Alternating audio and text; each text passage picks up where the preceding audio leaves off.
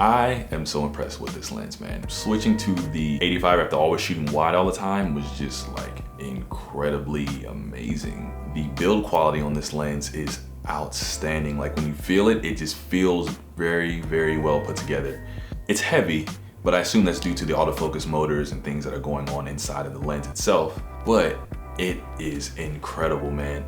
The sharpness, the clarity. I'm not so much into stills as I am in a video. Every now and then I still take the time out to shoot stills and just kind of test out the glass and see what it's like, you know, because it's just what we do. And man, the stills and the video is incredible. I mean, the way the subject stands out in the frame when you're shooting with this lens, especially when you open up the iris to 1.4, it is just, it's gorgeous. If you shoot stills, this lens is a no-brainer. As a videographer, it is still a great lens, but I can't tell you to buy it, but not for the reasons that you think. The only reason I wouldn't buy it is because I would rent it.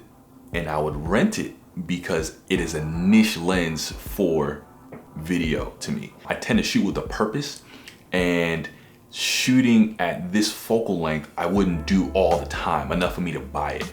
You know, 35, 24, 18, things like that. Those are focal lengths that I use like a lot, like all the time. In 85, it's so punched in that there's times where, again, if I was to say I was shooting a movie and I wanted to show like the closeness between two people in a relationship, then I could see myself pulling out the 85 and, you know, using it in that kind of regard. Not to say that you can't do that with other wide angle lenses. I'm just making a point of those are the conscious things I would think about when choosing which lens to use or which focal length I want to use. You know, different focal lengths have different emotions and tell a different story, and that's important. So from that perspective, I can't say every cinematographer should go out and buy this lens, or every videographer should go out and buy this lens, but it's a lens that should be taken in consideration when shooting certain things because the quality is amazing. It is amazing. I can't tell you how amazing this lens is, and Sony is not paying me to tell you this. This is just me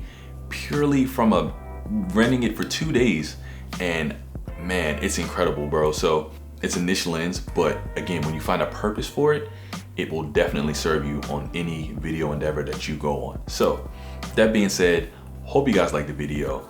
Like, subscribe, tell me in the comments how you guys feel about the 85mm lens. I would love to hear your opinions. That being said, until the next video, guys, see you later.